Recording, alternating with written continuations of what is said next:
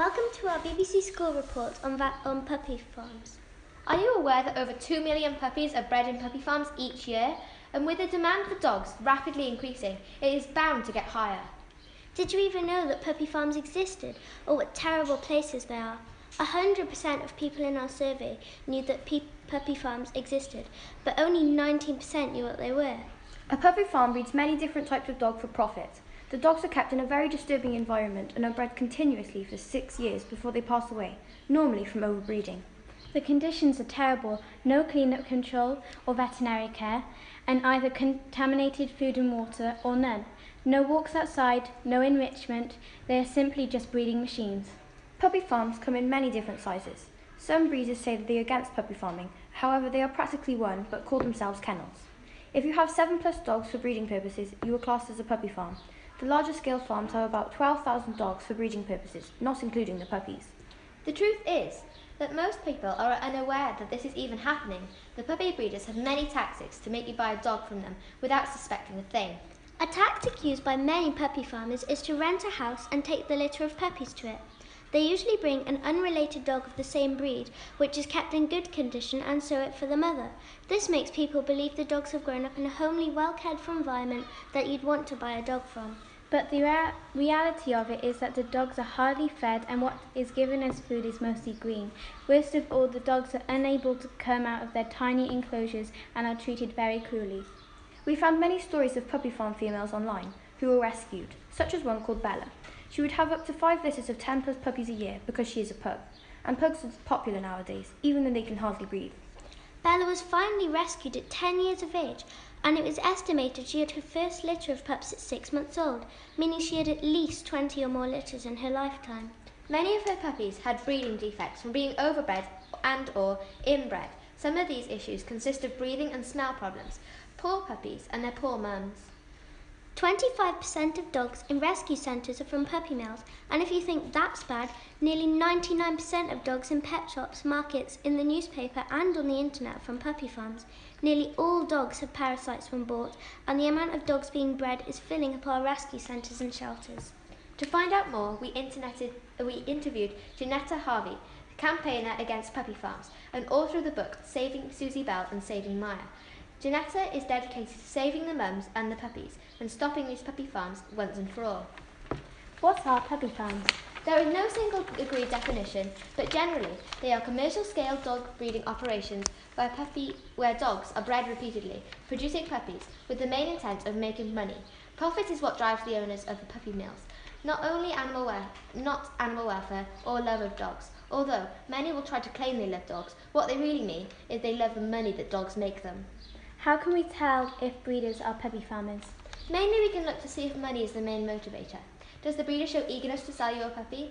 Is the sale the most important thing that seems to be discussed, rather than, for example, the kind of home and loving and the love that it will get when it leaves the breeder? The conditions where the puppies are being seen by the buyer is a major way to see if a puppy breeder is a puppy farmer and/or a bad breeder. Puppies should always be seen with their mum. They should be happy to be around mum. She should be happy with her puppies. Puppies are naturally curious animals, and if bred well, in a kind environment, they should be happy to be around humans. If they are unduly nervous or appear poorly or subdued, it is likely that they are not well bred, and that they may have come from another location and taken from their mum too young. All of these things which puppy farmers and bad breeders do to maximise their profits. They take puppies too early from mum to move them on to sell. A good checklist would be to ask the breeder lots of questions. For example, is the puppy vaccinated, had worm control, what health checks prior to breeder have been done? Depending on the breed, there will be some vital ones, for example, eye tests for miniature schnauzers, hip scores for Labradors, etc. Is the puppy microchipped, a legal requirement, and ask for evidence of all of this. If the breeder is reluctant to answer any questions or cannot provide evidence, it's time to be suspicious. Good breeders will not allow someone to arrive on the same date and take the puppy home. They will love to give you loads of good information about their dogs and puppies. Do you think there needs to be more people spreading awareness about puppy farming? Yes, most definitely, and I think it should be on the curriculum with other animal welfare issues. What do you feel are most effective ways of raising awareness on puppy farms? I believe we all have different ways to raise awareness and different ways to reach people who need to know about puppy farms and bad breeders. Social media today is a very good way, but not the only way. All media outlets should be used, and we can talk directly to anybody who we hear is thinking about buying a puppy. One big challenge we have as campaigners is reaching people before they actually become dog owners.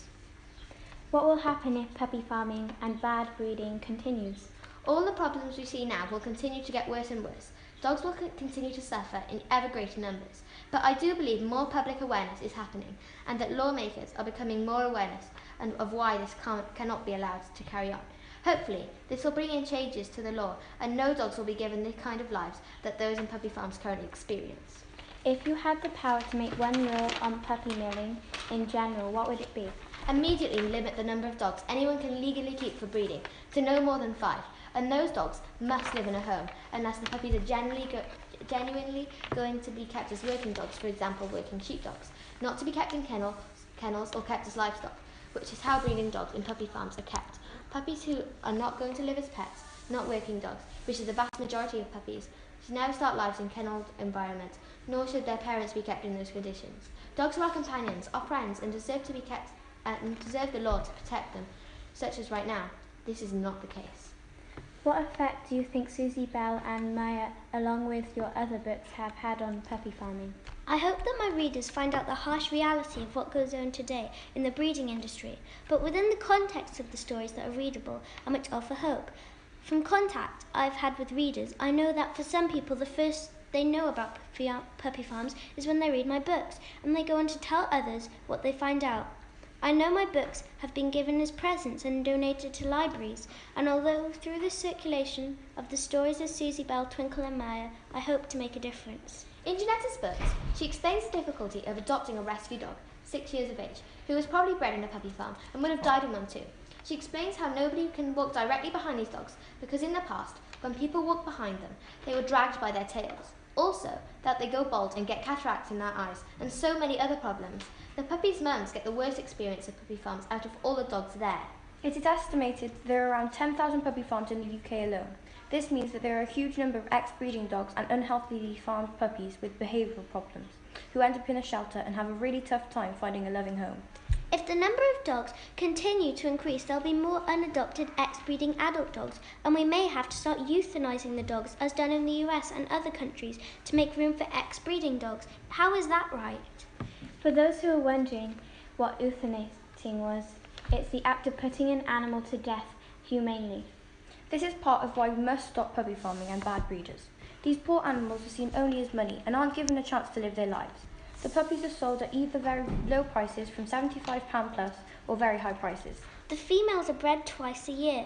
A lot of puppies in pet shops will have a mother who will spend her life in a tiny cage, never going outside, being petted, walked or shown love, or even treated like a domesticated pet.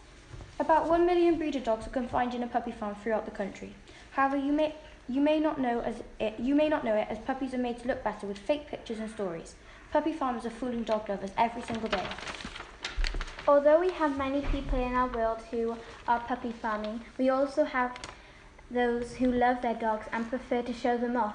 Crufts, one of the largest dog shows in the world, is home to 28,000 dogs who compete every year. We've spent some time with Bill Lambert, the Health and Breeder Services Manager of the Kennel Club, to ask him some questions about puppy farming and what the Kennel Club are doing to take actions against bad breeders. Bill said that you can help stop puppy farming by going to see a reliable and reputable kennel club assured breeder, asking to see the puppy's mother, see the puppy in its breeding environment, and ask to look at the kenneling conditions if they were not raised within the breeder's house. If you suspect the conditions are not right, then do not buy the puppy. Ask to see the relevant health test certificates for the puppy's parents. Be prepared to be put on the waiting list, but a healthy puppy bred from a healthy and happy mum is well worth waiting for. Ask if you can return the puppy if things don't work out. Responsible and reputable breeders will always say yes. Stay away from breeders selling several different kinds of breeds.